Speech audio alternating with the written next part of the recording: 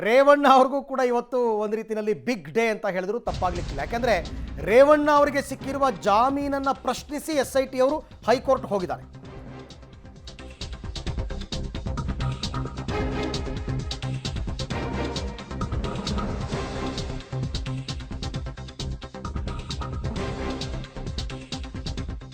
ಪ್ರಕರಣ ರದ್ದು ಕೋರಿ ಹೈಕೋರ್ಟ್ಗೆ ರೇವಣ್ಣ ಅರ್ಜಿ ಹಾಕೊಂಡಿದ್ದಾರೆ. ಅಂದರೆ FIR ಅನ್ನೇ ರದ್ದು ಮಾಡಿಕೊಡಿ ಅಂತ. ಹೊಳೆ ನರಸೀಪುರ ಮತ್ತು KR ನಗರ ಕಿಡ್ನ್ಯಾಪ್ ಕೇಸ್ನಲ್ಲಿ ಎರಡೂ ಕೇಸ್ಗಳನ್ನು ರದ್ದು ಮಾಡಿ ಅಂತ ಅಂದ್ಬಿಟ್ಟು ಈಗಾಗಲೇ ಅವರು ಅರ್ಜಿಯನ್ನು ಹಾಕ್ಕೊಂಡಿದ್ದಾರೆ. ಎರಡೂ ಪ್ರಕರಣದ ರದ್ದತಿಗೆ ರೇವಣ್ಣ ಅವರು ಹೈಕೋರ್ಟ್ ಮೊರೆ ಹೋಗಿದ್ದಾರೆ. ಪ್ರಕರಣದಲ್ಲಿ ಯಾವುದೇ ಹುರುಳಿಲ್ಲ, ಇದು ರಾಜಕೀಯ ಪ್ರೇರಿತ ಅಂತಕ್ಕಂಥದ್ದನ್ನು ಕೋರ್ಟ್ನ ಗಮನಕ್ಕೆ ತರುವಂತಹ ಪ್ರಯತ್ನವನ್ನು ಮಾಡಿದ್ದಾರೆ. ಬಟ್ ಎಸ್ ಅನ್ನುತ್ತಾ ನೋ ಅನ್ನುತ್ತಾ ಕೋರ್ಟ್ ಅದು ಕೂಡ ಡಿಸೈಡ್ ಆಗಬೇಕು. ಮಾಜಿ ಸಚಿವ HD ರೇವಣ್ಣ ಅವರಿಗೆ ಸಂಕಷ್ಟದ ಮೇಲೆ ಸಂಕಷ್ಟ ಎದುರಾಗ್ತಾ ಇದೆ. ಹಾಗಾದ್ರೆ ಈಗ ಎದುರಾಗಿರುವಂತಹ ಸಂಕಷ್ಟ ಏನು ನೋಡ್ತಾ ಹೋಗೋಣ.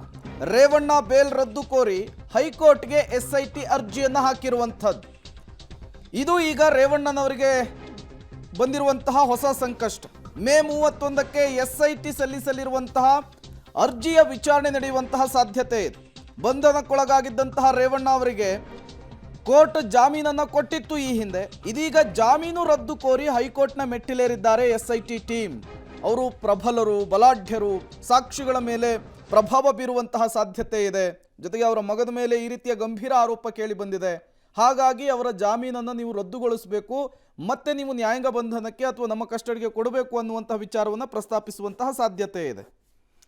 ಓಕೆ, ಈ ವಿಚಾರಕ್ಕೆ ಸಂಬಂಧಪಟ್ಟಂತೆ ಮತ್ತಷ್ಟು ಮಾಹಿತಿ ನನ್ನ ಕೊಲೀಗ ಮುರಳೀಧರ್ ಅವರಿಂದ ಪಡ್ಕೋತೀನಿ. ಮುರಳಿ, ಮೊದಲನೇದಾಗಿ ಎರಡು ಕೇಸು, ಹೊಳೆ ನರಸೀಪುರ, KR ನಗರ, ಇದೆರಡೂ ಪ್ರಕರಣವನ್ನು ರದ್ದು ಮಾಡಿ FIR ಅನ್ನ ಅಂತ ರೇವಣ್ಣ ಹೈಕೋರ್ಟ್ಗೆ ಮೊರೆ ಹೋಗಿರ್ತಕ್ಕಂಥದ್ದು, ಅದು ಯಾವಾಗ ವಿಚಾರಣೆಗೆ ಬರುತ್ತೆ? ಮತ್ತು ಈಗ SIT ಅವರು ಜಾಮೀನು ರದ್ದು ಮಾಡಬೇಕು ಅಂತ ಹೋಗಿರ್ತಕ್ಕಂಥದ್ದು ಏನಾಗ್ಬೋದು? ಅರವಿಂದ್, ಏನಂದ್ರೆ ಎರಡು ಅರ್ಜಿಗಳು ಕೂಡ ಇನ್ನೂ ಪ್ರಾಥಮಿಕ ಹಂತದಲ್ಲೇ ಇರುವಂತದ್ದು. ಯಾಕಂದ್ರೆ ಒಂದು SIT ಅವರು ಒಂದು ಜಾಮೀನನ್ನ ರದ್ದು ಮಾಡಿ, ಅಂದ್ರೆ ಕೆಳ ಹಂತದ ನ್ಯಾಯಾಲಯ ಕೊಟ್ಟಂತ ಜಾಮೀನು ಏನಿತ್ತು ಅದನ್ನ ರದ್ದು ಮಾಡಿ ಅಂತ ಹೇಳಿ ಒಂದು ಅರ್ಜಿಯನ್ನ ಸಲ್ಲಿಕೆಯನ್ನ ಮಾಡಿದ್ದಾರೆ. ಅರ್ಜಿಯನ್ನ ಸಲ್ಲಿಕೆ ಮಾಡಿದ ಬಳಿಕ ಅದಕ್ಕೆ ನೋಟಿಸ್ ಅನ್ನ ಇನ್ನು ಕೂಡ, ಅಂದ್ರೆ ರೇವಣ್ಣ ಪರ ವಕೀಲರಿಗೆ ನೋಟಿಸ್ ಅನ್ನ ಕೊಟ್ಟಿಲ್ಲ. ಅದಕ್ಕೆ ವಾದ ಪ್ರತಿವಾದವನ್ನು ಕೂಡ ಮಂಡನೆ ಮಾಡ್ಲಿಕ್ಕೆ ಒಂದು ದಿನಾಂಕ ನಿಗದಿಯಾಗಿಲ್ಲ. ಬಹುತೇಕ ನಾಳೆ ಪ್ರಾಥಮಿಕ ಅರ್ಜಿ ವಿಚಾರಣೆ ಬರುವಂತ ಸಾಧ್ಯತೆಗಳಿದಾವೆ ಅನ್ನೋದ್ರ ಬಗ್ಗೆ ಮೂಲಗಳು ಮಾಹಿತಿ ಹೇಳ್ತಾ ಇದಾವೆ. ಅಂದ್ರೆ ನಾಳೆ ಅರ್ಜಿ ವಿಚಾರಣೆ ಬಂದ್ರೆ ರೇವಣ್ಣ ಪರ ವಕೀಲರಿಗೆ ನೋಟಿಸ್ ಆಗುತ್ತೆ. ಆ ಸಂದರ್ಭದಲ್ಲಿ ವಾದ ಪ್ರತಿವಾದ ಆಗುವಂತದ್ದು.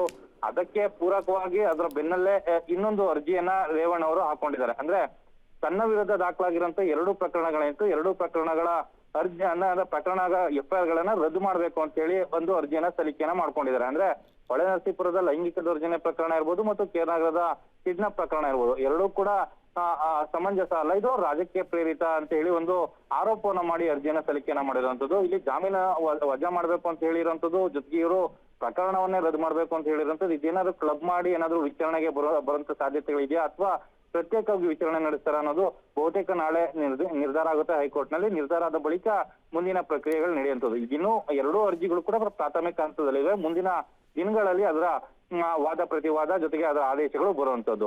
ಓಕೆ ಮುರಳಿ, ಥ್ಯಾಂಕ್ ಯು ತಮ್ಮ ಎಲ್ಲ ಮಾಹಿತಿಗಾಗಿ. ನೋಡಿ, ಕಷ್ಟಗಳು ಬಂದರೆ ಒಂದರಿಂದ ಒಂದು ಒದ್ಕೊಂಡು ಬರುತ್ತೆ ಅಂತಾರಲ್ಲ. ರೇವಣ್ಣ ಅವ್ರದ್ದು ಅರೆಸ್ಟ್ ಆಯಿತು, ರೇವಣ್ಣ ಅವ್ರಿಗೆ ಜಾಮೀನು ಸಿಕ್ತು, ಈಗ ಅವ್ರ ಪತ್ನಿ ವಿಚಾರ ಇನ್ನೂ ವಿಚಾರಣೆ ಕೋರ್ಟ್ನಲ್ಲಿದೆ.